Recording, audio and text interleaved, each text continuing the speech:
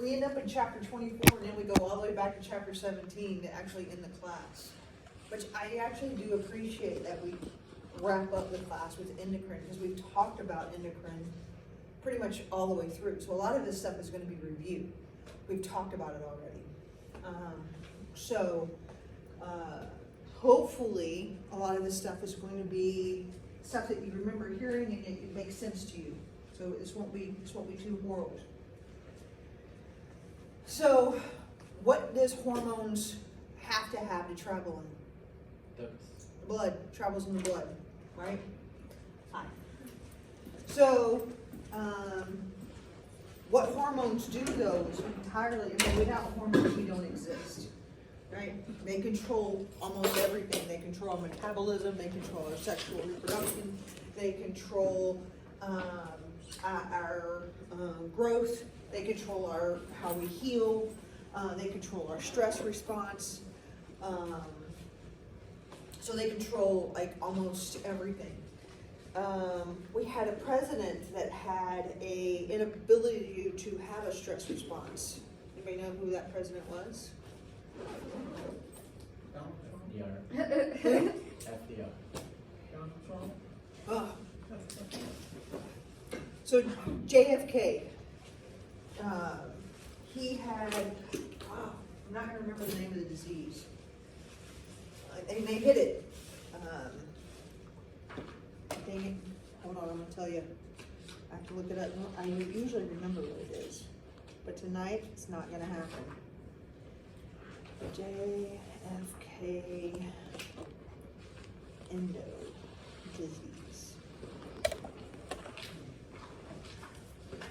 Addison's disease. That's right. So it's basically hypothyroidism. So that means that in times of stress, he wasn't going to be able to come up with a stress response. So this is an interesting story.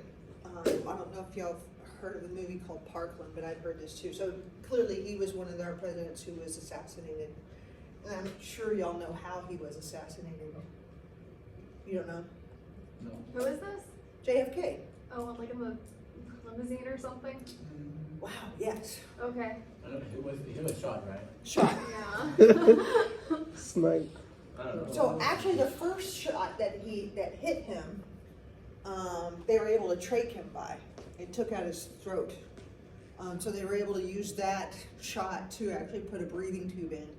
This next shot took off half his head. And his brain actually never made it from Dallas to Bethesda, Maryland, where they did the autopsy.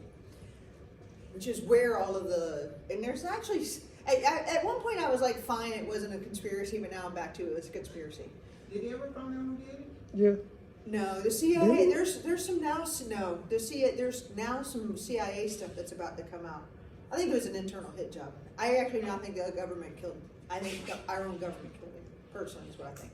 Yeah, absolutely. So, his personal doctor was riding in the motorcade with him. So the guy comes running in and goes, "Hey, he needs thyroid medicine." They were trying to give the guy cortisol. The doctor who was in the room was like, "I don't think that is going to matter very much anymore," because clearly the guy's missing half his head. But I thought it was interesting. Like, he knew in a time of healthcare crisis, and he was definitely in a crisis at that point. He was still actually alive when he made it to the hospital, even with half his head missing and a gigantic hole in his throat, because the guy was shooting 380 rounds. It was a serious round. So anytime he got sick, though, he would have to take exogenous steroids, because his body wouldn't produce steroids, and it actually put him in a state of crisis. He could die just from that. And the general public did not know that. The state of the health of the president's kind of a big deal, right? Because why? So that they Changes the balance of power, right? If the president gets sick and can't control the country, then other countries find that out. That changes everything. So it's a big deal.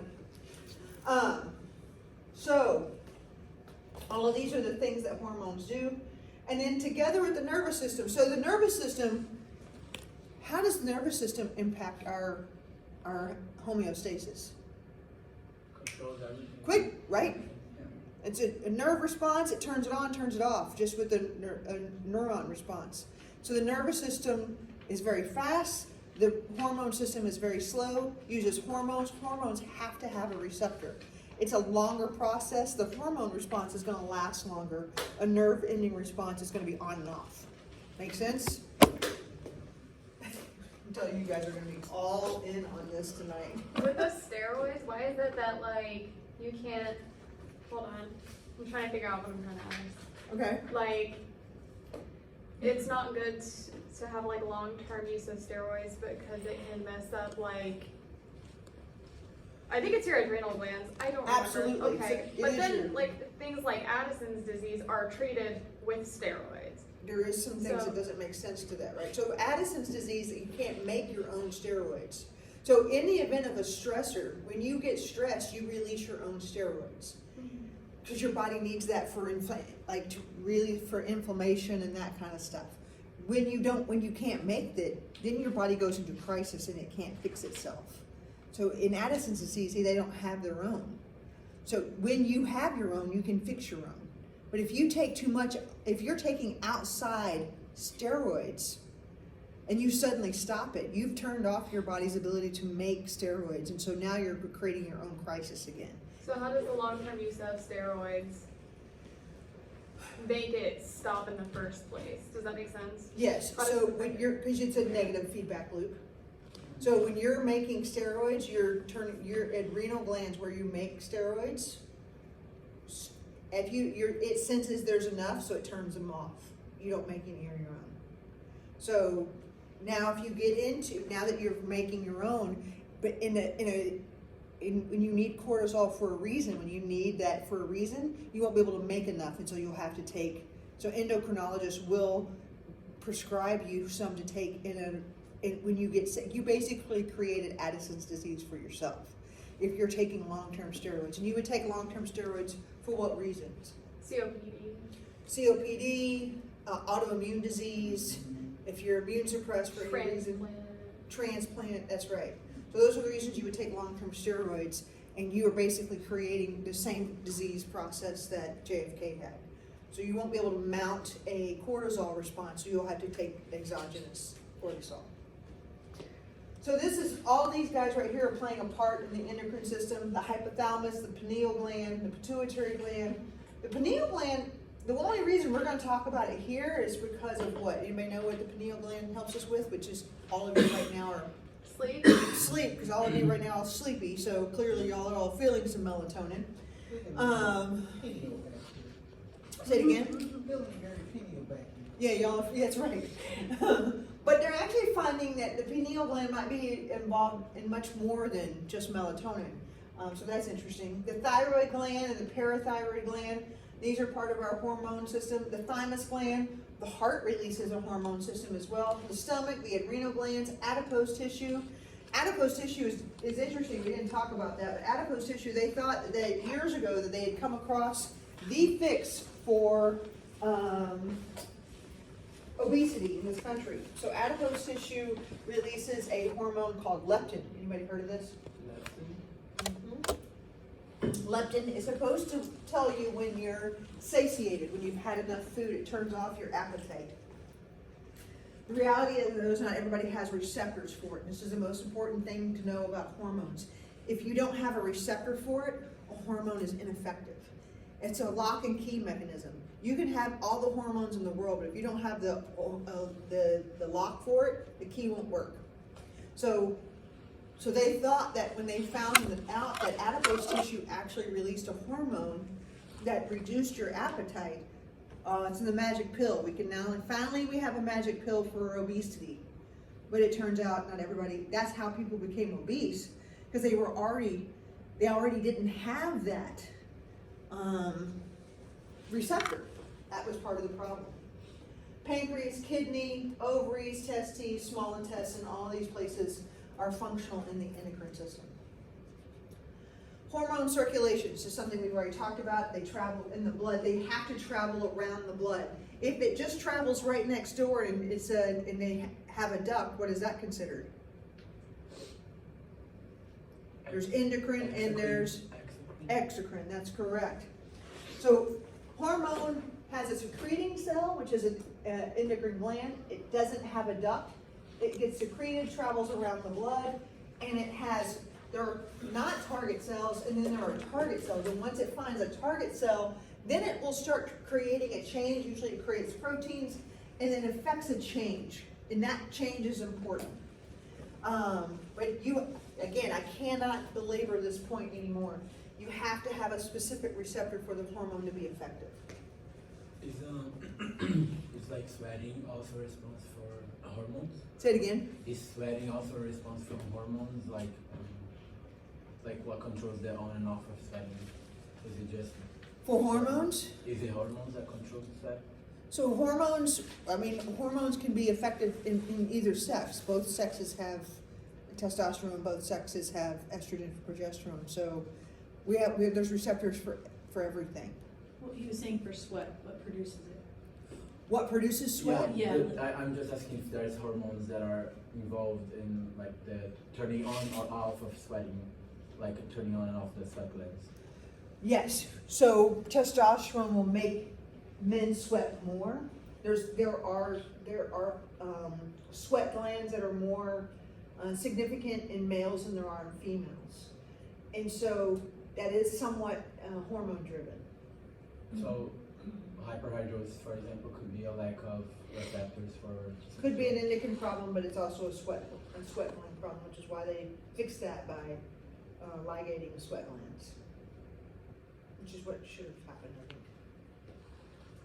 think. So, comparing endocrine and neural signaling. In endocrine, it's a chemical signal. In the nervous system, not surprisingly, it's an electrical signal. In the chemical substance release for nervous system, it's a neurotransmitter. What's a neurotransmitter that we all know about? Serotonin, that kind of thing. That's a neurotransmitter. And then endocrine hormones, which we've talked about so many hormones already. The response time for your nervous system is very fast. And as soon as the stimulus stops, that response stops. Endocrine, it's much slower. The response time is slower, and the cessation is slower because the hormone has to either degrade in the receptor or the protein, whatever the response is, has to degrade. So this is an immediate on-off button. This takes much longer. So the endocrine system has a much longer control of homeostasis than the nervous system. I mean, that kind of makes sense, right? Not hard to think through. So steroid hormones.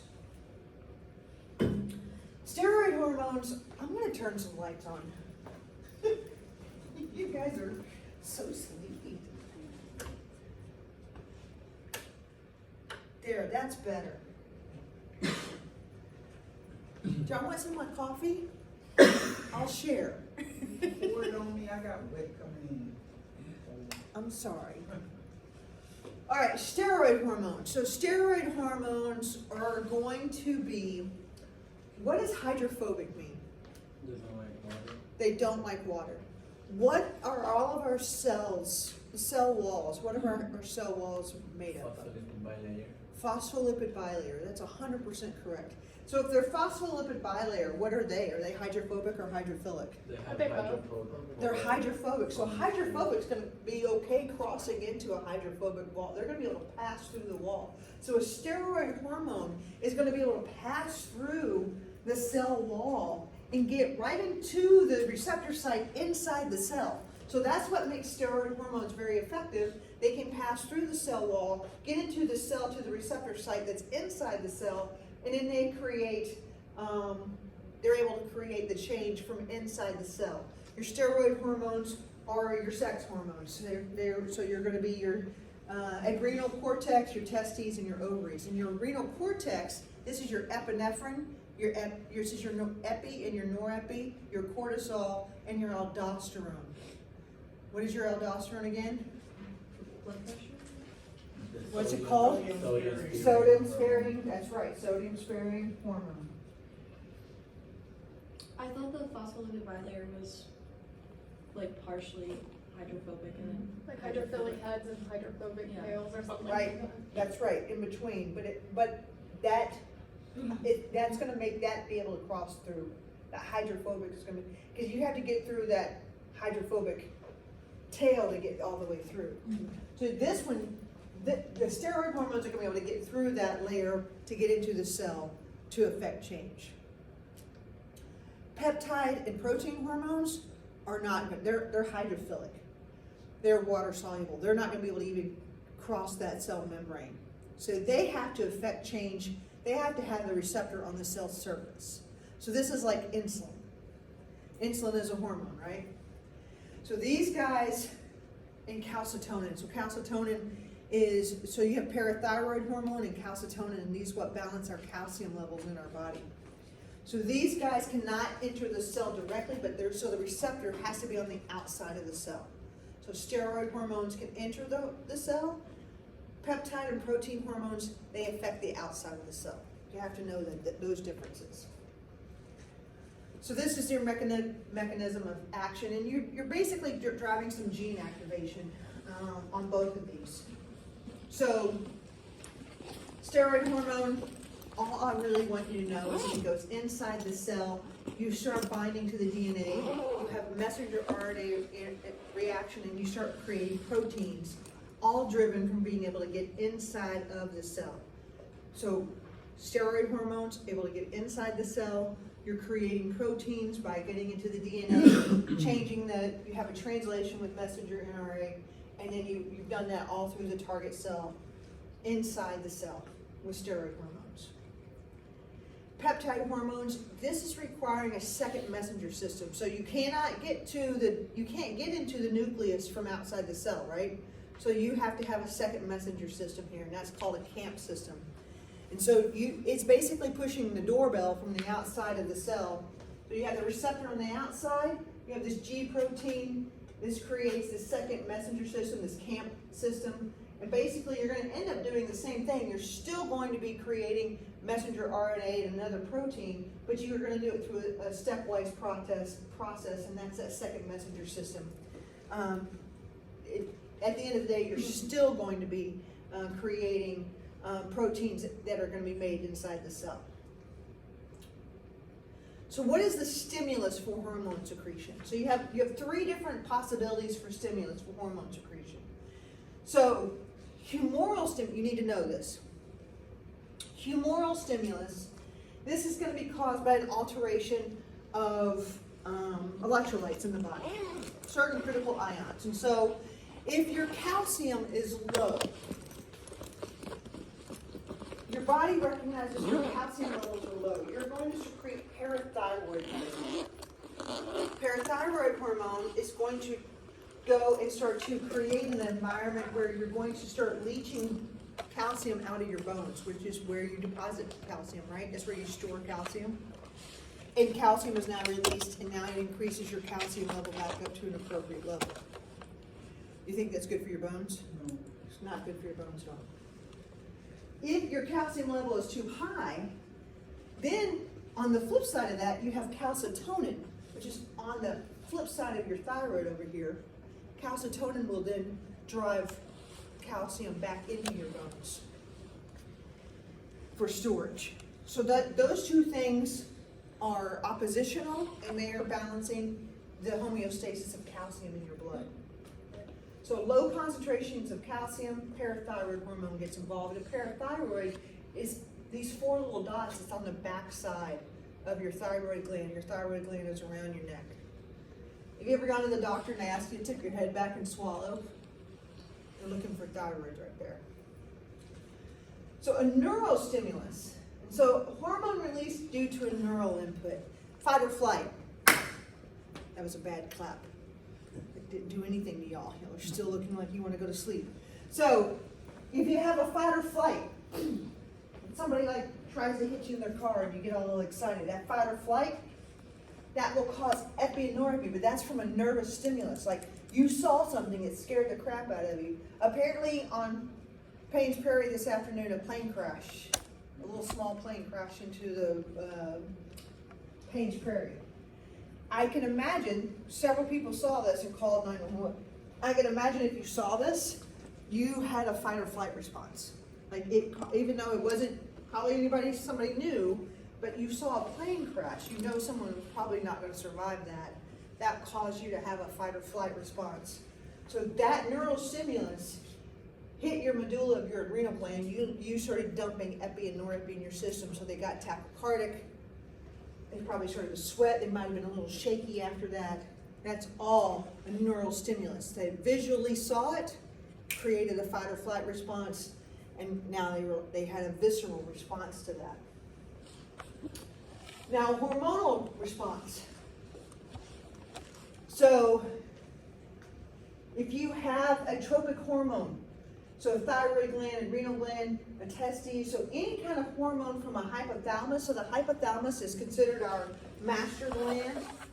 So maybe it's time for you to go through puberty. Maybe you are cold, or maybe you've hurt yourself and now you're going to heal overnight. So your thyroid you get human growth hormone overnight. So that happens. Or maybe you're sick and you release cortisol overnight. Or maybe you're just stressed because it's in the semester and you don't care about school anymore. Your stress levels are high, so you're releasing cortisol level. So, or you need to make more sperm, and so you're releasing FSH or luteinizing hormone. So either way, these are all coming down. That's a hormonal stimulus. So those are the three things that can stimulate hormonal secretion. Almost every one of these hormones have a feedback loop. You do not want them going off unhinged, right? If you did, you would have a real problem. You want to have an off button to these hormones, right? So, thyroid. What does thyroid do? If you're hypothyroid, what's your sign? Anybody know what some sign? Well, first of all, what does thyroid do? What does it do for us? It regulates something. I just don't know what it is. And it's hormone related. Solid answer. Yeah. So thyroid is basically our furnace, right? It sets our basal metabolic rate.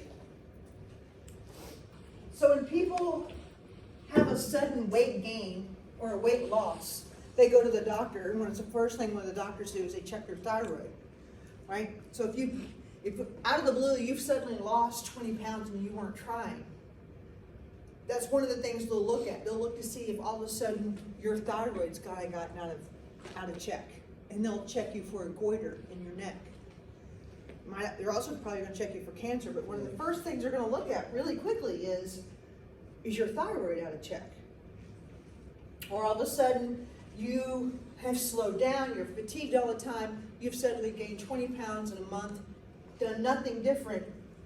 They'll check your thyroid to see if something's wrong with your thyroid. Maybe you're producing thyroid, but it's not working. So, from the hypothalamus in the brain, you release thyroid releasing hormone. Thyroid releasing hormone goes to the anterior pituitary, also in your brain, and releases thyroid stimulating hormone. Thyroid stimulating hormone goes to your thyroid and releases T3 and T4. T4 is the more active version of it. If you have plenty of T4 and your body's functioning normally, this will tell your body to come up here and turn off thyroid releasing hormone. If you have plenty of T3 and your body's working fully functional, it will come up to the anterior pituitary and tell it to turn off TSH because you don't need it anymore. People who end up having a goiter, this is broken. This feedback loop is broken. They have plenty of T3 and T4, but the feedback loop is broken, so they keep sending out massive amounts of TSH, and their neck gets bigger and bigger and bigger and bigger because the TSH is just flooding their thyroid. So that's how one ends up with a goiter. So if you have high T3, T4 and low TSH, that would be normal. If you have high T3, T4 and high TSH, that would be abnormal.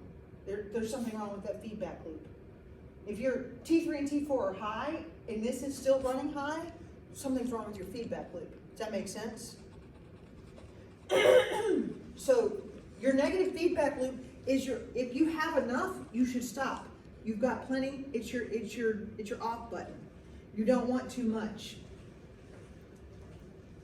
Positive feedback loop. You don't have too many positive feedback loops in our body.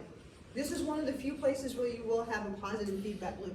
When babies are ready to be born and they're the ones who decide, it's time for me to come out, they will start pushing against the cervix. Once they start to push against the cervix, the body releases oxytocin. That comes from the brain. Oxytocin causes the uterus to contract. When the uterus contracts, the baby pushes harder against the cervix. You release more oxytocin, and that goes on and on and on until until the baby crowns and then breaches and then comes out of and through hopefully through the vagina. There was a time when, and actually there's been a big movement to stop that. People were planning their C-sections to meet their whatever was going on. Hey, I really need to be going out of town this weekend, so if we could have the C-section on this date, that would be so much better for me. That is not better for the baby, and it's actually not better for mom. Vaginal deliveries are much better for everybody, if they can happen. The baby gets in distress, gets stuck in the birth canal, that's a different story. What's happening in the birth canal that helps the baby out so much? What's in the lungs? Fluid. It gets squeezed out on the way out. That's perfect for the baby. You're not going to get it all out by suction when they come out by C-section. Coming out the birth canal is the best thing. So, the hypothalamus pituitary complex. This is in the middle of your brain. I've actually seen, when I was in nursing school, one of the many times I was in many different nursing schools, I was doing a rotation with a neurosurgeon, and the person had a tumor on this stalk. And how they got to it was by going up through their nose and going up to their brain to get to the tumor. It was the most painful thing I've ever seen. I mean, the person was out, they didn't know it. But watching them do it, I was grabbing my face. I was like, that's horrible. There's much worse surgeries, by the way, but it pained me because I can't imagine how they were going to feel after they woke up. So, you have an anterior lobe and you have a posterior lobe. I want you to understand these things about the two different lobes. The anterior lobe, the information that's going to come from up here is going to be delivered in a portal system, by a blood portal system. On the posterior lobe, it's going to be delivered by a nerve ending. That's the difference. Anterior lobe, it's a blood portal system. Where have you heard portal system before? Liver. God, you guys are smart. Yes. Here, it's nerve endings. So the posterior lobe only really has two hormones that you need to remember. Oxytocin and ADH. The anterior lobe has plenty. There's a lot more that we'll talk about. But this is going to be a nerve stimulus response. When these hormones leave, they're all going to leave by the bloodstream. But the stimulus for secreting them is going to be delivered in two different methods. So you need to know that. But they're all going to come from the hypothalamus. So the anterior pituitary has 7 hormones. In the lab, you're going to see 8. We're only going to care about 7. Okay? The hypothalamus produces, they are either inhibitory hormones or secretory hormones.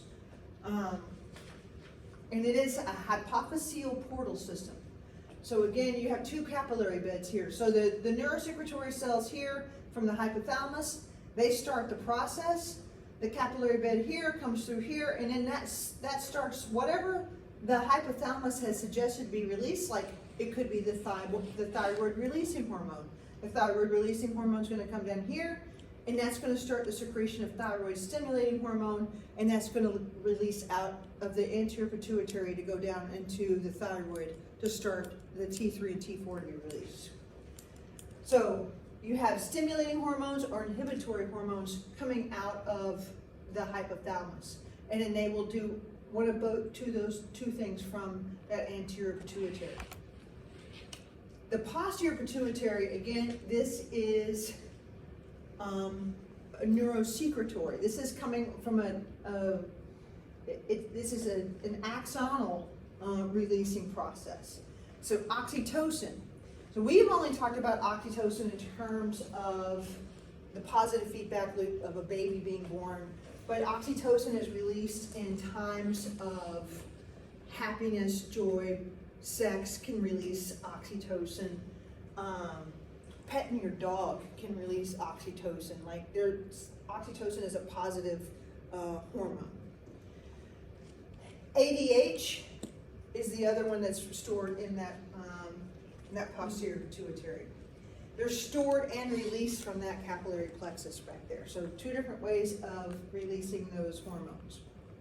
Here's your pituitary hormones. You need to know these. Anterior, you have growth hormone. It promotes the growth of body tissues. It also helps heal body tissues. Growth hormone is one of the hormones that's been abused by professional athletes. Bodybuilders will abuse it. Baseball players have abused it. Professional football players have abused it. It's a banned substance. Prolactin promotes milk production from mammary glands. This is one of the ways that a person might know that they have a tumor on their pituitary lobe, as if a guy starts having milk production. That might be a clue that they've got a tumor. They start producing prolactin. That might be a giveaway. But for women, post giving birth, prolactin is completely normal. And actually, it is not uncommon with babies being born that there's so much prolactin being released that some babies are born and they actually have milk production from their nipples as for just a little while after being born. They'll have some milk production from their nipples. I don't know if anybody's seen that. You might have seen that. But it's not uncommon to see that just from the amount of prolactin that's been, yeah. How do like the antipsychotics do that? How do antipsychotics do what? Have you ever heard of that? Like sometimes when people get put on, Antipsychotics. So They start antipsychotics can cause, because there's a hormonal thing. I don't know if they cause prolactin, but they can cause increased mammary size, if I'm not mistaken.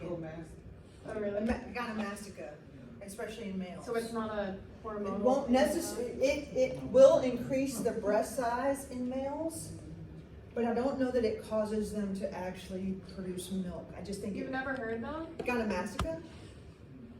They lactate though. Huh, I haven't seen that. Now, I worked in mental health for 10 years. I never saw the black face, and I saw plenty of boobs. So. Yeah, I haven't seen them lactate, but there's also some cardiac meds that will cause gynecomastia too. Which is a big reason why males will stop taking meds again. If that starts happening, they'll just stop taking it. So that, and it does because there's a little estrogen in the meds. There's some estrogen, and the estrogen will go right to the breast material. Which ones? I've never heard of that. Which cardiac med? It's a pulmonary hypertension med. I'll have to think about it. Sildenafil? Not sildenafil. It's another one. I'll have to think about it. This one's a fun one to say. So thyroid stimulating hormone, we've already talked about that. Causes the release of thyroid. Adrenocorticotropic hormone. So this stimulates glucocorticoid hormone to be released from the adrenal gland. Glucocorticoid. What does glucose make you think? Glucose. Glucose. That's very true. When you have a true dump of steroid in your body, your glucose level will go up. It will make you're dumping glucose, and that makes sense. If you're in a stress state, you want to free up your glucose, right? You want to free up your energy. Follicle stimulating hormone. We've already talked about what that does. for female and males? You want me to go over it again? Okay, good.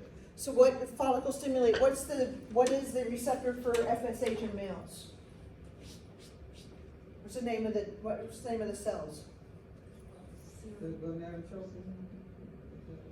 Nope, FSH in males. Was this from last week? Uh-huh. Starts with an S. Sertoli cells, that's right, and Sertoli cells releases what in response to FSH? Starts with an A.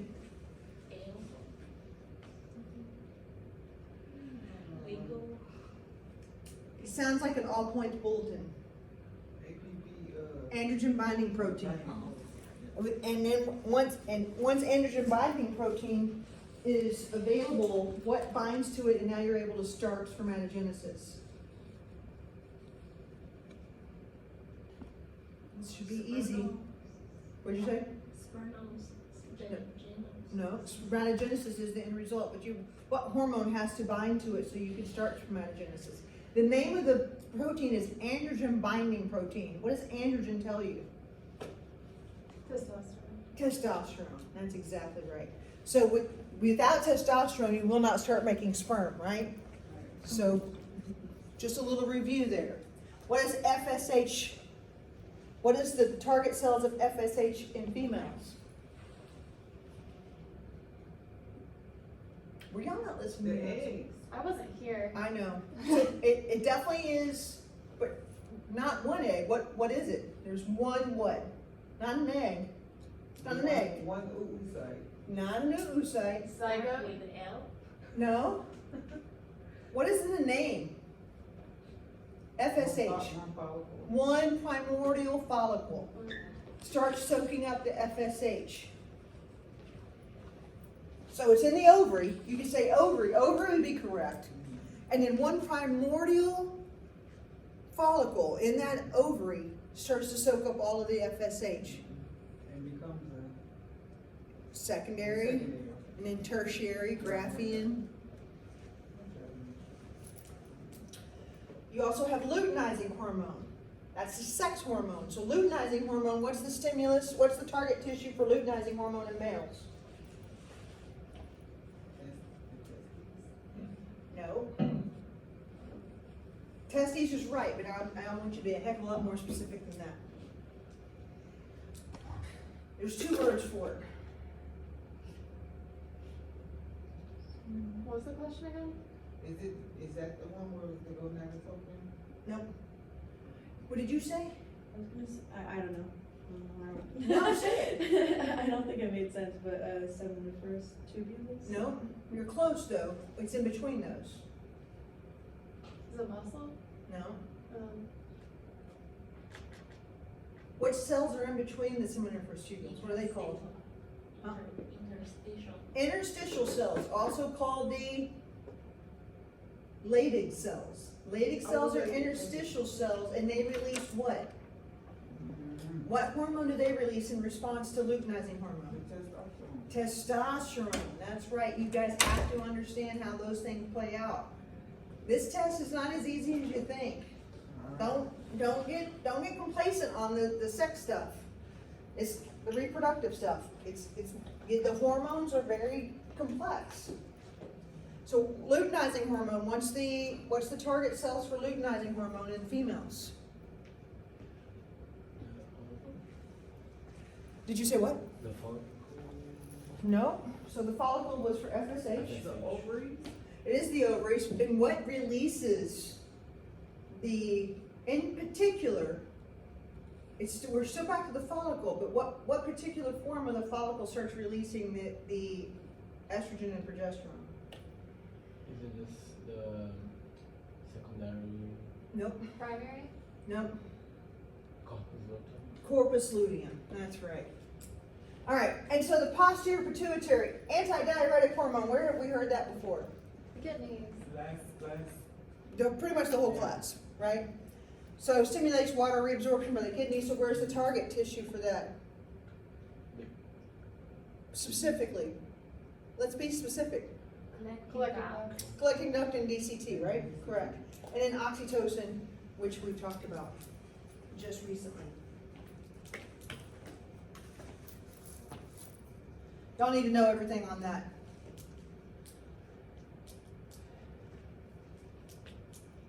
Peptide hormone. Can't cross. A. Epinephrine. Stored in the posterior pituitary.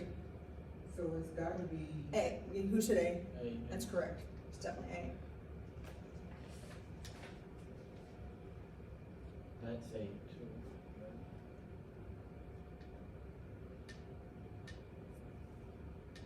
Is it A? Yeah.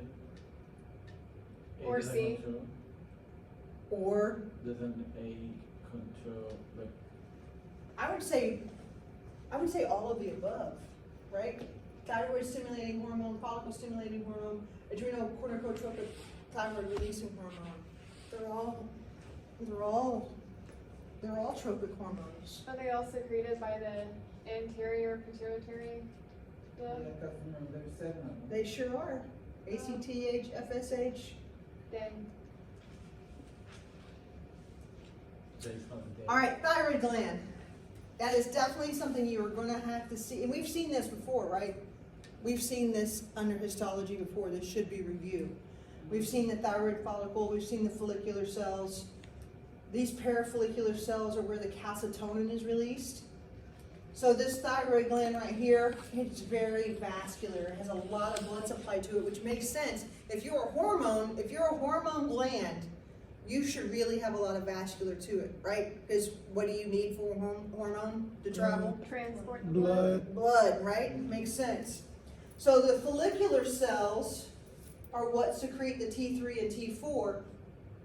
And then the C cells, these parafollicular cells, are what secrete the calcitonin. And what do they create homeostasis for?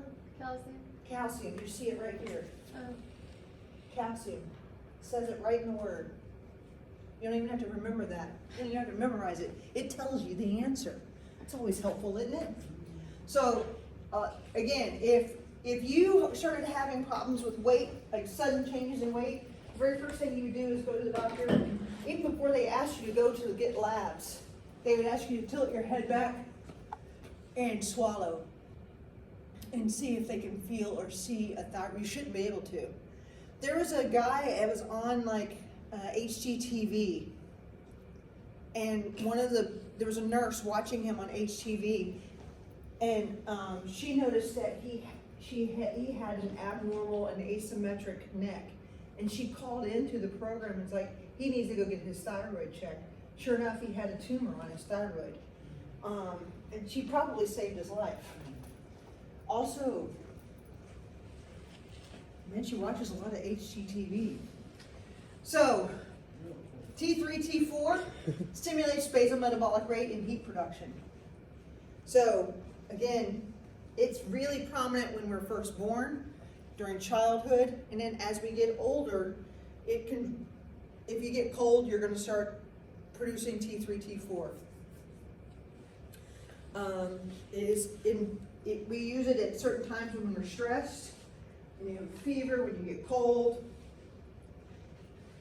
And calcitonin reduces blood calcium levels and stimulates calcium bone deposition. That means you're burying calcium back in your bones. We have drugs called calcitonin.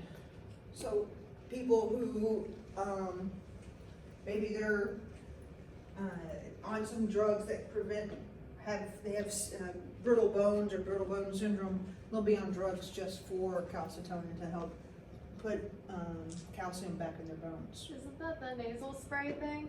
I don't know. There's like a weird, I swear to God it's calcitonin. You've never seen that either? What causes like calcium to go in different areas of the body that's not supposed to, like calcified areas? Usually damage. If you have damaged areas over time, it can get calcified. And that can be true if like your heart over time can be calcified. So it's just like a way that the body is trying to protect itself. Yeah, just a healing along. Yeah.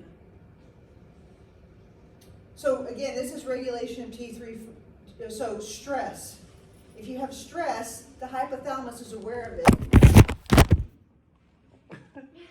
Good catch. And then you go thyroid releasing hormone, the anterior pituitary, you release TSH, up here to the top, the thyroid gland, you release T3, T4. If you have enough, you come back up here to the anterior pituitary and you turn it off. Cold in infants will also cause that. So if an infant gets really cold, infants don't like being cold. They actually have a very hard time regulating their temperature because all of their stuff is very immature. But eventually and they use T3 and T4 to regulate their temperature more than anything. Because they have a surface area problem with their skin and they don't have as much body fat as you think they do. So they use their T3, T4 to fix that. So that's a pretty significant goiter. Yeah. So it's T3 and T4. When I step into a cold shower, that's what's regulating the. For you, for T3, T4, no. If you get really cold, yes, you will stimulate your T3. You will stimulate your basal metabolic rate.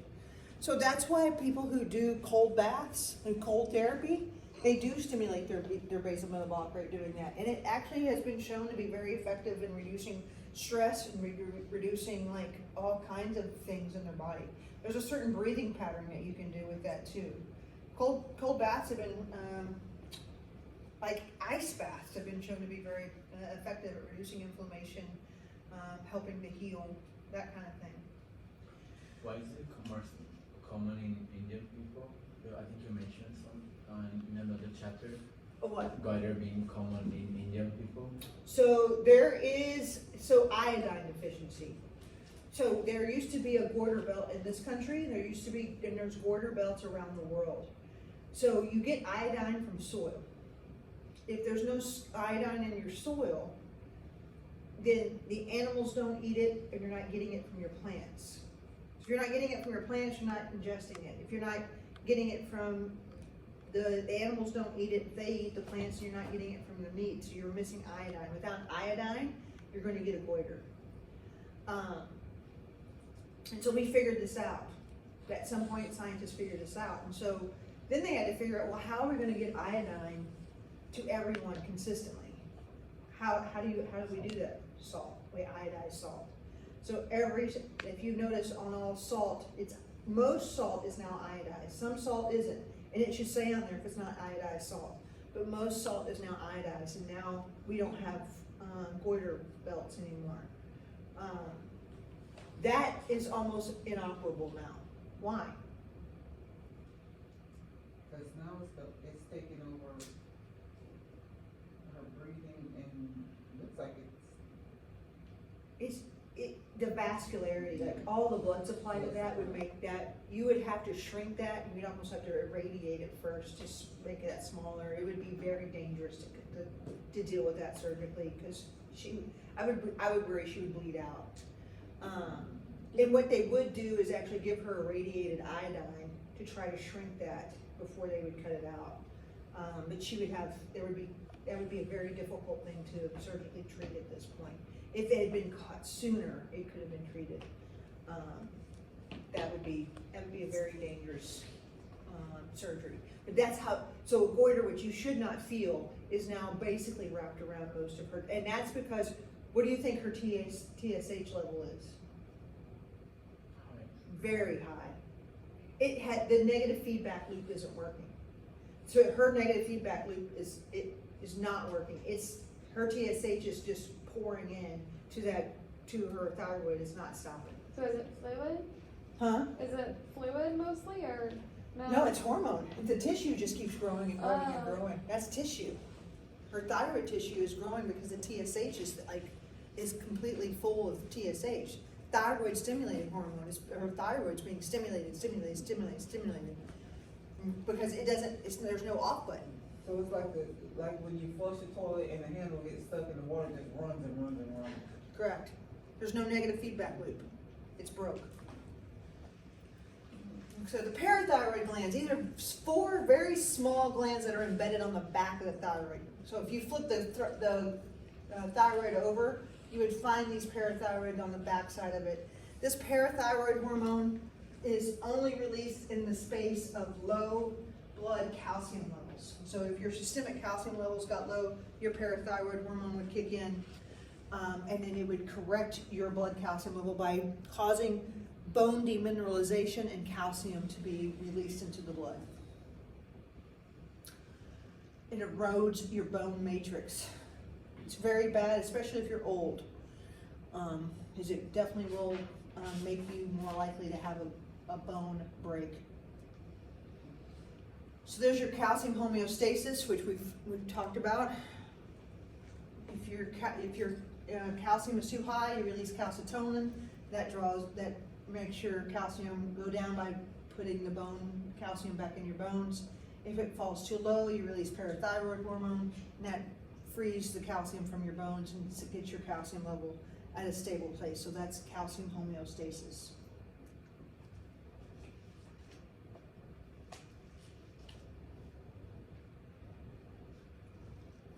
So what's the difference between osteoblast and osteoclast?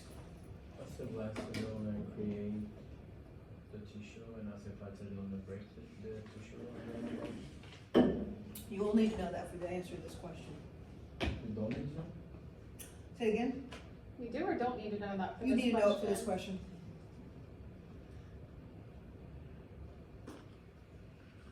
So see, Yeah, so, because it activates the osteoclasts, not the osteoblasts. yeah, it's class. So they primarily activate osteoclast. Breaking them down, not building them up. Adrenal glands. You need to know what the cortex secretes and what the medulla secretes. So the cortex is here on the outside of the adrenal gland. And the cortex is going to secrete the aldosterone and the cortisol. The medulla on the inside, that's going to secrete your epinephrine and your norepinephrine. So the glucocorticoids are going to be on the cortex, and the inside is going to be your epi and your norepinephrine. The preganglionic sympathetic nerve fibers are going to run into the middle of your adrenal gland, so your fight or flight. So your epi and norepinephrine are going to be released, bam, like that. And your adrenal cortex is where your aldosterone, and what is that again? What is aldosterone? Sodium sparing. Sodium sparing. So it's going to be released when what system gets kicked in place by your kidneys? Renin, angiotensin, aldosterone system. Raw. Right. So aldosterone, it's a mineral corticoid. So it's considered a steroid hormone. It's a mineral corticoid because it enhances sodium reabsorption and it kicks out potassium, right? Causes increased blood levels of sodium, decreases blood level of potassium, and causes water conservation by the kidneys, which y'all all know that by heart now, right? Y'all know that like at the back of your hand. Cortisol increases blood glucose levels in times of stress. That's a glucocorticoid. You see that? That's glucose. And then epi and norepi stimulate fight or flight. Pancreas. What hormones are involved in pancreas? Glucagon. And insulin and glucagon. What do they balance? What do they manage? Blood glucose. Glucose levels. That's right. So the insulin is released by the beta cells and glucagon is released by the alpha cells. That's 100% right.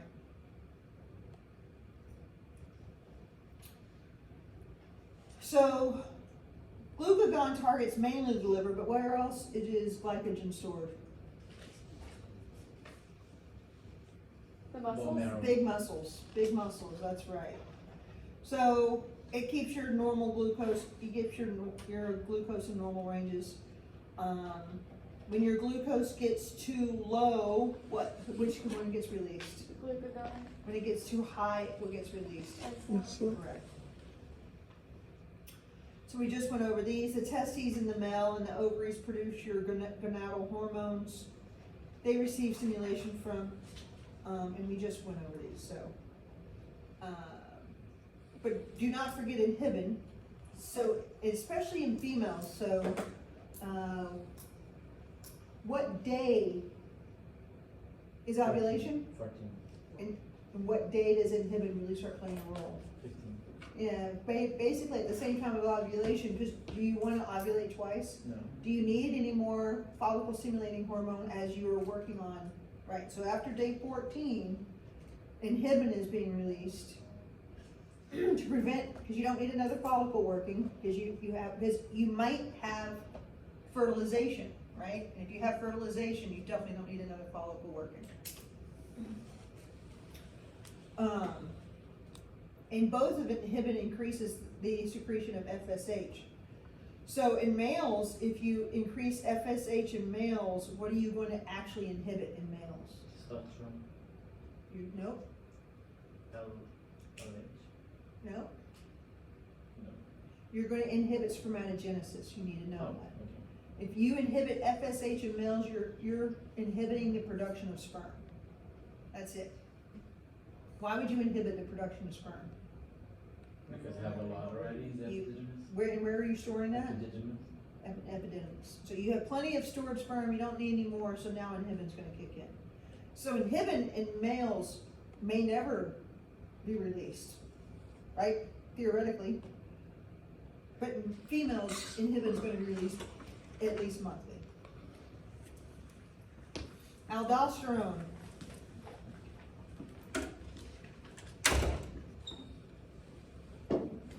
B. B, Increases blood volume. How?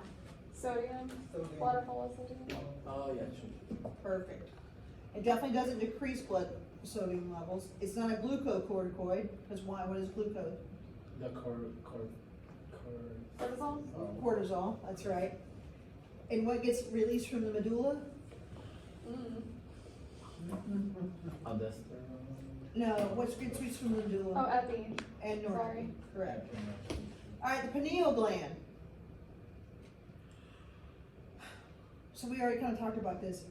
Y'all are all truly feeling the pineal. I mean, there's like 3 yawns going on right now. So when the sun goes down, it's the time change. When the sun goes down, what gets released from our brain? Melatonin. Do we all listen to the melatonin? I do. No. It causes drowsiness. You can inhibit that drowsiness with caffeine, with blue lights from your phone, with alcohol, with all kinds of things. Why is the number one reason people are sleepy? Anybody know? People are sleepy? Or Yeah, when you're fatigued, what is the number one reason you're fatigued? We eat a lot of carbs. When you, Like oxygen. No. because you You know they sell oxygen now? It's in a Over the counter? container. Yeah. I saw that when I was in Walgreens the other day. I'm like, good lord. And people I'm sure are buying They it. were on Shark Tank. You remind me of the Lorax movie. You know you can actually hurt yourself by too much oxygen. Before you go out and start buying that, you can hurt yourself What by is too their much. like marketing strategy with that? Like here, just buy some air. I think it was for like people who are camping and hiking in like high altitude areas. I think that's That their would make target market. sense. Yeah. Yeah. No, But but people with like here- COPD are like here at buying sea it level, for shortness We're breath. below sea level almost. Yeah, I would, you can hurt yourself with I don't know, maybe like. you can very hurt yourself with too polluted much oxygen. cities. But okay, back to my question. What did I ask? Oh yeah, why are most people fatigued? Anybody have any idea? Because you need to rest. No. Most of the time you're dehydrated. The first thing, what is the first thing people reach for when they're tired? No water. Caffeine. And you get a little boost of energy, but what does caffeine also actually do? Dehydrate. Dehydrate you a little bit more, right. So, melatonin. We have all our circadian rhythm, right? What's our circadian rhythm? What does that Sleep mean? cycle. It's our sleep-wake cycle. If we listen to our sleep-wake cycle, we'll usually be okay. So there are some people who have primary insomnia. Primary insomnia means they can't fall asleep. Secondary insomnia means they fall asleep, but then they wake up in the middle of the night, can't go back to sleep. And then there's a third type of insomnia, I can't remember what that is. Like you fall asleep and then you wake up and you fall asleep and you wake up, you fall asleep and you wake up. That sounds horrible to me. Torture. What'd you say? Torture. Yeah, that would. So you can actually go longer without food or water than you can go without sleep. They use it as a form of torture, actually, not letting someone sleep. So, melatonin is released by this pineal gland. And so, when I talk to my patients, one of the first things I ask is, I ask every patient, every clinic visit, how are you sleeping? Why? What happens at nighttime while we're sleeping? On our phones? Huh? We're on our Your body phones? restores and heals itself. I mean, it is not only just our body, but our minds. Everything. It is the number one reason why we are in such a calamity, I think. It's because we're not getting enough rest. How many people get, I'm just gonna ask, you don't have to raise your hand if you don't want to. How many people get between 8 and 9 hours of sleep a night? Literally, I'm the only one. 8 and 9? 8, 9 hours of sleep a night. I'm more between 6 Okay, to 8. 7 and 8 hours of sleep a night. Nah. 6 to 7 hours of sleep tonight. 5 to 6 hours of sleep tonight. 4 to 5 hours of sleep tonight. I get up at 4:30. 3 to 4 hours of sleep tonight. Do y'all sleep? Wow. Okay, so I highly, if you have health insurance, I highly recommend getting a sleep study. But it's different for each person, right? Say it again? It's different for each person. If No. it's more than especially more than 8 hours, I'll get super tired and be feeling bad the whole day. If I get in between 7.5 and 8, I wake up feeling. She said 8 though, she didn't say go past 8. Nope, yep, I didn't say go past 8. I agree with you. Getting too much sleep is just as dangerous as not getting enough. Actually, too much sleep can be, there's a curve for that. Getting too much sleep and you start seeing a decline in health as much as you see. But not getting enough is definitely, there's a decline in health for that. Can you get to the point of being like so tired that you can't sleep? Yes. And my mental health patients, the first thing we check is how they're sleeping. Actually, we monitor how they sleep, and when they don't sleep, you can expect a crisis. When they Absolutely. go 2 or 3 days without sleep, because they get delirious. Oh, they're gonna have a mental break. Then they come see us. They're gonna have a mental break. And that is the time that they're either going to self-harm or harm somebody else. Yeah, no doubt about it. So, so then I talk about, when I talk to my patients about sleep hygiene. And so what sleep hygiene means is doing, I don't care if it's Saturday, Sunday, Monday, Tuesday, Wednesday, Thursday, going to bed at the same time every night. So that's a sign of old age. And I don't care. I used to think about when I was 20 and how I'd go to bed at like 1 o'clock, 2 o'clock in the morning. I'm like, God, I will miss those days at all. So no matter what day of the week, I'm usually heading to bed about the same time. It's great. I highly recommend it. 2, make sure your room is dark, quiet, and cold. Cold. Yeah, you sleep better in cold. With warm, like make sure you're like all cuddly and warm. Like, Snug as a Get bug. cold, take it warm. yeah. Get cold so it can get warm. Huh? Make the room cold so that it can get warm. Yep. Why don't just make the room warm?